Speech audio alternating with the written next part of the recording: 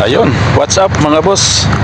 At panibagong video na naman tayo at mayroon tayong nadiscovering video para ipapakita ko sa inyo sa aking ginawa. Actual kong ginawa ito sa ating lansangan.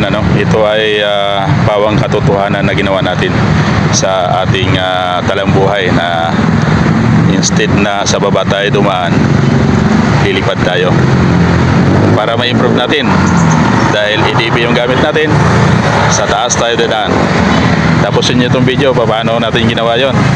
Nasa taas tayo dumaan, hindi na tayo dumaan sa tamang kalsada, kundi sa tamang daan. Ito yon, let's tayo sa video. So yan na nga, at nagsisimula na tayo dyan na umangat, at tayo ay dumaan dyan sa itaas na, pasintabi sa mga hindi marunong gumawa.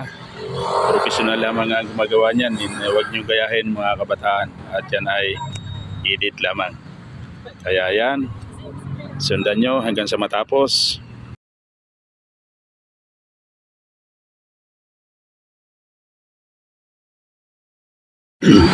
So yan na nga, na-execute natin kung paano natin gawin ang ating high and fly dyan sa kalsada, at yan ay content lamang, hindi natin gayahin yan yung mga hindi marunong gumawa, kundi professional na mga gumagawa niyan.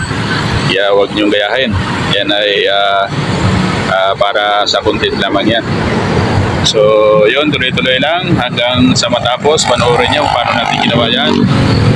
Yun, mahaba pa yan hanggang sa dulo. Sundan nyo lang kung paano natin ginagawa. Tuloy-tuloy lang tayo hanggang sa matapos. Yan. Ako lang mga nakagagawa niyan. Walang ibang gumawa niyan kundi ako lang. So itong video na to ay for content lamang purposes. Wala tayong sinasabing gayahin nyo yan, kundi yan ay para sa content purposes naman. So yun na nga, ayan, tuloy-tuloy na tayo, bumaba na tayo. Another inabot na tayo ng gabi. Ayan, naabot na tayo ng gabi dyan. Parating na tayo dyan ng Molovisia. Ayan, inikot natin yung buong Kamaynilaan. Yan, hanggang sa pabot tayo ng Molovisia. Ayan, malapit na tayo dyan sa global na yan. Dyan sa Muwa, sa Suyo. Paano natin liparin yan hanggang sa inabot na tayo ng gabi. Yun na nga, sige lang, tuloy-tuloy lang hanggang sa matapos. Yan, malapit na tayo dyan sa Molovisia. Ayan na, inikot na natin yung globe na yan. So yun, hanggang sa balik na tayo, dumaan na tayo ng expressway, Itza. Yan, nandiyan na tayo sa Itza niyan. Yun, lumapag tayo, yan.